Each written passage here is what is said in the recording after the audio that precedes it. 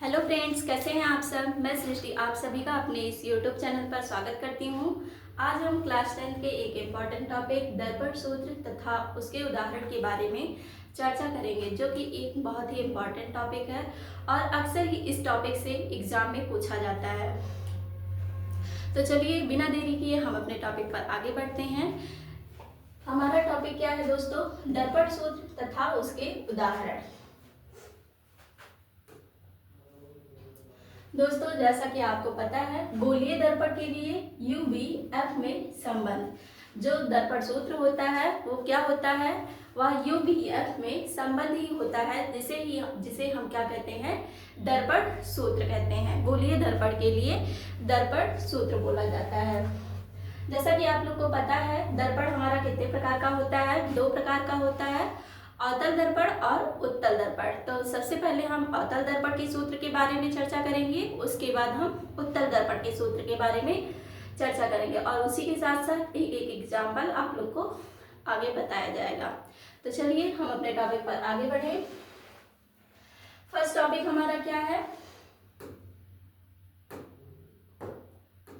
First topic है हमारा अवतल दर्पण के लिए यू वी एफ में संबंध।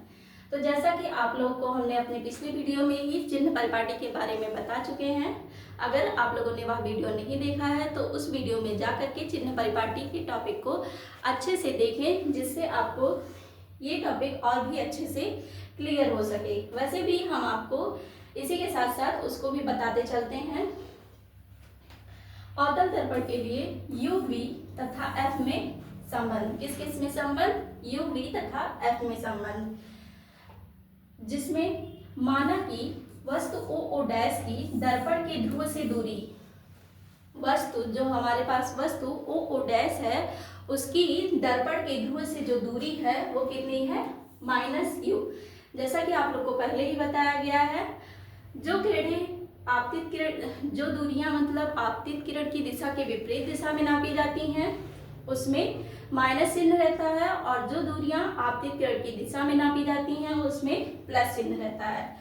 तो अवतल दर्पण में जो होता है, वस्तु ओ डैश की दर्पण की ध्रुव से जो दूरी है वो क्या है? -u। क्योंकि अवतल दर्पण में या उत्तल दर्पण में जो वस्तु रखी जाती है वो सदैव किधर रखी जाती है? बाईं साइड पे रखी जाती है। आगे हमारा प्रतिबिंब आई डैश की दूरी PT, जो कि कितना है? -b रहेगा। क्योंकि आप लोग को पहले ही हमने जब अवतल दर्पण द्वारा प्रतिबिंब का बनना इसके बारे में बताया था, तभी इसके बारे में चर्चा किया था कि जो अवतल दर्पण में होता है, अधिकांश जो दूरियां होती हैं वो ऋणात्मक होती हैं। इसमें जो प्रतिबिंब बनता है हमारा दर्पण के आगे बनता है और आपतित किरण की दिशा के विपरीत दिशा में बनता है, इसलिए यह भी दूरी क्या रहेगी? ऋणात्मक रहेगी। आगे हमारा दर्पण की वक्रता त्रिज्या। दर्पण की वक्रता त्रिज्या हमारी क्या है दोस्तों? PC = -r। दर्पण की वक्रता त्रिज्या, जो अवतल दर्पण होता है उसकी वक्रता त्रिज्या जो होती है वो ऋणात्मक होती है, क्योंकि वह दर्पण के बाएं साइड में होता है। तथा दर्पण की जो फोकस दूरी है, क्या चीज दोस्तों? फोकस दूरी, वो क्या रहेगी? PF = -f। अब हम देखते हैं, यहाँ पे एक निर्देश हिंट के रूप में दिया गया है। ये सभी दूरियां आपतित किरण की विपरीत दिशा में नापी जाती हैं। किसकी विपरीत दिशा में? जो किरण आ रही है उसकी विपरीत दिशा में नापी जाती हैं। अतः यह किसके साथ ली जाती हैं? ऋणात्मक चिन्ह के साथ ली जाती हैं। ठीक है दोस्तों। अब आगे हम ये देखते हैं, जो अवतल दर्पण के लिए हमारा सूत्र होता है, यू वी एफ के लिए संबंध जो होता है वो होता है 1/u = 1/b = 1/f। क्या होता है दोस्तों? दर्पण के लिए जो हमारा सूत्र होता है 1/u = 1/u plus 1/b = 1/f। यही हमारा क्या होता है दोस्तों? अवतल दर्पण के लिए सूत्र होता है दर्पण का। ठीक है दोस्तों। तो दोस्तों अब हम अपने इसके लिए एक एग्जाम्पल लेके आपको समझाते हैं कि कैसे कैसे इसको हल किया जाएगा। चलिए,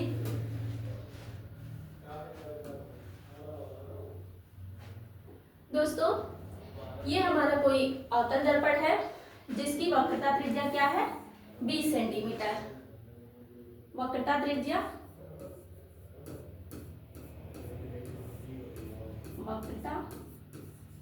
त्रिज्या इज इक्वल टू 20 सेंटीमीटर। वो भी कैसे रहेगा, माइनस चिन्ह के साथ। अब इसी के साथ focus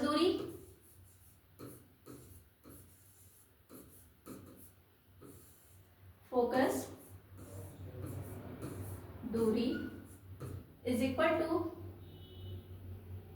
-20/2 is equal to -10 centimetre. ठीक है दोस्तों, अब आगे क्या कह रहा है, कोई वस्तु अवतल दर्पण से 15 सेंटीमीटर की दूरी पर रखी हुई है। तो जो वस्तु है अवतल दर्पण से कहां पर रखी हुई है, 15 सेंटीमीटर की दूरी पर। ये हो जाएगा हमारा U। U क्या होता है हमारा, दर्पण के ध्रुव से वस्तु की दूरी होती है। U इक्वल टू क्या होता है, क्या है, 15 सेंटीमीटर। ये भी क्या रहेगा, ऋणात्मक चिन्ह के साथ रहेगा। अब हमको क्या ज्ञात करना है, दर्पण से वस्तु के प्रतिबिंब की दूरी ज्ञात कीजिए। क्या ज्ञात करना है दोस्तों, दर्पण से वस्तु के प्रतिबिंब की दूरी। तो दर्पण के सूत्र से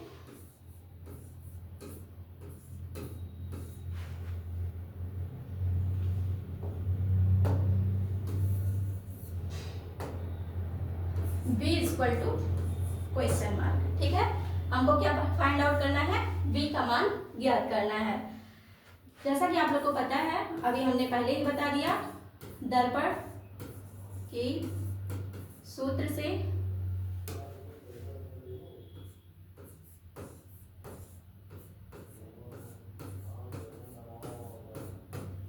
दर्पण का सूत्र क्या है दोस्तों, 1/v equal to 1/v plus 1/u is equal to 1/f। ठीक है, इसको R और ये क्या है, फोकस दूरी F।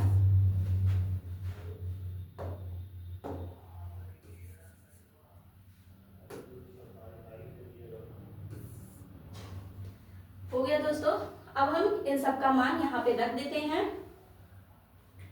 1/v क्या है, v का मान कितना है, v का मान हमको फाइंड आउट करना है।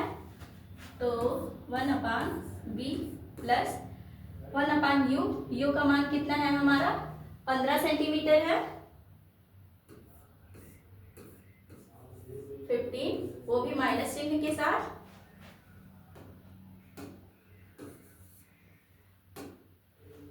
फिर आगे is equal to 1/f। f का मान हमारे पास कितना है, -10। हो गया दोस्तों, हमने सारे जो वैल्यू है उसको पुट कर दिया। अब हम इसको हल करते हैं। सबसे पहले 1/v minus 1/15 is equal to 1/10 हो गया। अब इसको इधर कर लेते हैं, 1/v is equal to 1/10 plus 1/15। ठीक है, अब हम इन दोनों का एलसीएम ले लेंगे। 15 और 10 का एलसीएम लेंगे हम अगर, तो कितना मिलेगा हमको, 30 मिलेगा। कितना मिलेगा, 30। अब इससे इसको डिवाइड करेंगे, 10 दिया 30 और 3 का गुणा हम इसमें कर देंगे। ठीक है, तो 3 प्लस, अब इससे हम इसको डिवाइड करेंगे तो 2 मिलेगा हमको, 2 का मल्टीप्लाई इसमें होगा 2। हो गया दोस्तों। अब 1/v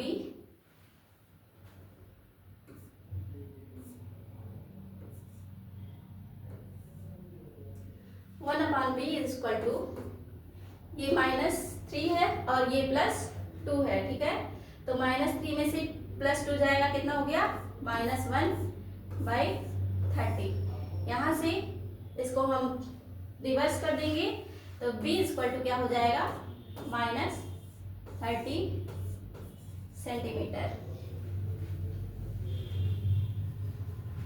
चूंकि आप लोग को हमने पहले ही बताया था कि जो दूरियां होती है वो ऋणात्मक नहीं होती हैं। जो इस पे ऋणात्मक चिन्ह दिखा रहा है वो क्या दिखा रहा है, इसकी प्रकृति को दिखा रहा है कि जो हमारा प्रतिबिंब बन रहा है वो दर्पण के साइड में बन रहा है, यानी आपतित किरण की दिशा के विपरीत दिशा में। यहां हम लिख दे रहे हैं दोस्तों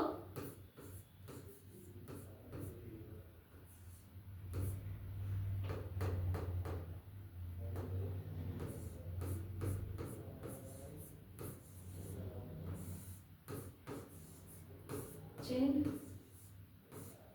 प्रतिबिंब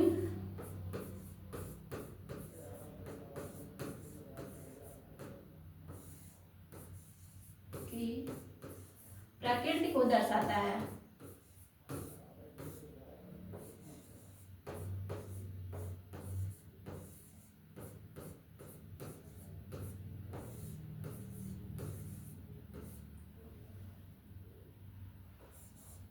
इसलिए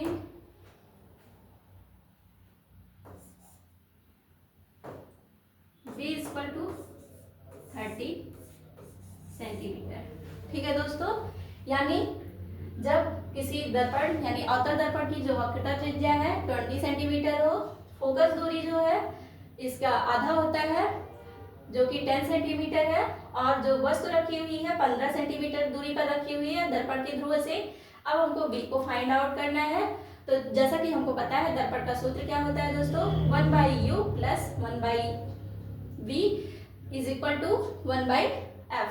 अब हम ये सारी वैल्यू को वहां पे पुट करेंगे तो 1/v प्लस 1/u की जगह पे -15 सेंटीमीटर, इसके बाद इज इक्वल टू 1/f की जगह पे -10 हो गया। अब हम ये देखते हैं, इसको हल करते हैं तो हमें क्या मिलता है, v इक्वल टू 30 सेंटीमीटर। क्या मिलता है दोस्तों, v इक्वल टू 30 सेंटीमीटर। चूंकि ये ऋणात्मक चिन्ह के साथ मिलता है तो ऋणात्मक चिन्ह यह दर्शाता है कि जो हमारा प्रतिबिंब बन रहा है वो किधर बन रहा है, आपतित किरण की विपरीत दिशा में बन रहा है, जिससे ये दूरी जो है ऋणात्मक होती है। ठीक है, और वैसे अगर देखा जाए तो दूरियां कभी भी ऋणात्मक नहीं होती हैं, केवल जो ये माइनस चिन्ह दिखा रहा है वो क्या दिखा रहा है कि प्रतिबिंब की प्रकृति कैसी है, वो किधर बन रहा है। अब हम आगे चलते हैं अपने दूसरे टॉपिक पर। दूसरा टॉपिक हम लोग का क्या है दोस्तों, हमने अवतल दर्पण के बारे में पढ़ चुके हैं। अब हमारा अगला टॉपिक है उत्तल दर्पण के लिए u, v तथा f में संबंध। अब हम देखेंगे कि उत्तल दर्पण के लिए u, v तथा f में क्या संबंध होता है। चिन्ह परिपाटी के अनुसार, जैसा कि आप लोग को पता है, दर्पण से वस्तु की दूरी ऋणात्मक है जो कि PO इक्वल टू -u है, परंतु उत्तल दर्पण में वक्रता त्रिज्या, फोकस दूरी, प्रतिबिंब की दूरी तीनों ही क्या होती है, धनात्मक होगी, क्योंकि ये दर्पण के पीछे होते हैं। और प्रतिबिंब जो हमारा बनता है उत्तल दर्पण में वो कहाँ बनता है, दर्पण के पीछे, यानी कि आपतित किरण की दिशा में बनता है। तो PC equal to +R, PF equal to +F और PI इक्वल टू +V। अब हम दर्पण का सूत्र क्या होता है उत्तल दर्पण का, हमारा 1/u plus 1/v equal to 1/f। तो दोस्तों दोनों ही दर्पणों के लिए हमारा क्या होता है, सूत्र सेम ही रहता है। अब हम इसका भी एक उदाहरण लेके आप लोग को इसके बारे में समझाएंगे कि कैसे कैसे क्या चीज लिया जाता है।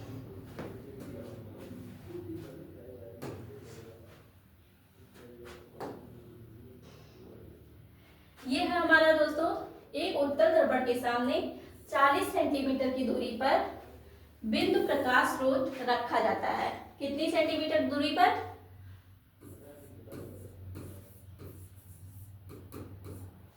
कितनी सेंटीमीटर दूरी पर है दोस्तों, 40 सेंटीमीटर।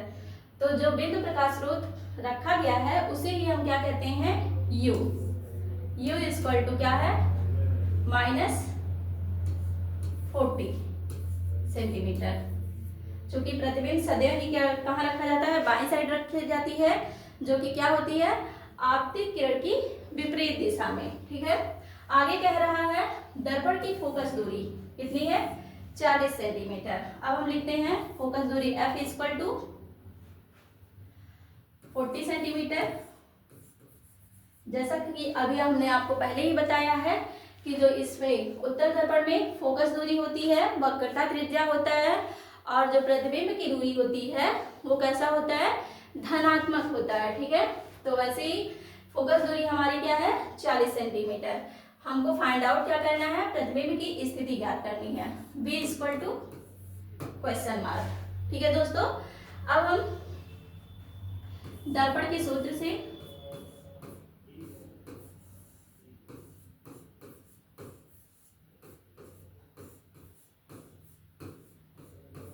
दर्पण का सूत्र इसके लिए क्या है, 1/u plus 1/v is equal to 1/f। ठीक है दोस्तों, अब हम सारी वैल्यू को यहाँ पर पुट करते हैं। u की जगह पे क्या लिखना है, 1/-40 हो गया दोस्तों।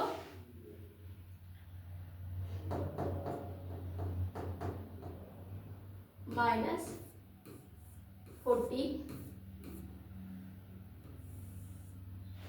इसके बाद plus 1/b is equal to f की जगह पे हम क्या रखेंगे, 1/40 हो गया दोस्तों। हमने सारी वैल्यू को पुट कर दिया।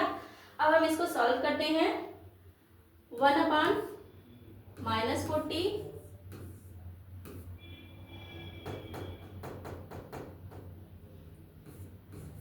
ये माइनस ऊपर चला जाएगा, हो गया दोस्तों, plus 1/b is equal to 1/40 हो गया दोस्तों। अब हम इस चीज को इधर पक्षांतर कर देंगे, तो ये क्या हो जाएगा, 1/b is equal to 1/40 plus 1/40 हो गया दोस्तों। अब हम इसका एलसीएम लेंगे, 1/b इज इक्वल टू 40, इससे इसको डिवाइड करेंगे 1 आएगा, 1 का मल्टीप्लाई इसमें कर देंगे 1 प्लस इसको इससे डिवाइड करेंगे 1 आएगा, 1 का मल्टीप्लाई 1 में कर देंगे। अब यहां से देखते हैं दोस्तों, 1/b इक्वल टू 2/40। अब हम इससे इसको डिवाइड कर देते हैं, ये यहां से हमको 20 मिल जाएगा।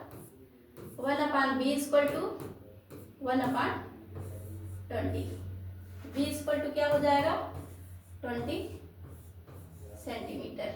ये हमारा क्या हो गया दोस्तों, प्रतिबिंब की स्थिति, यानी कि प्रतिबिंब हमारा किधर बनेगा,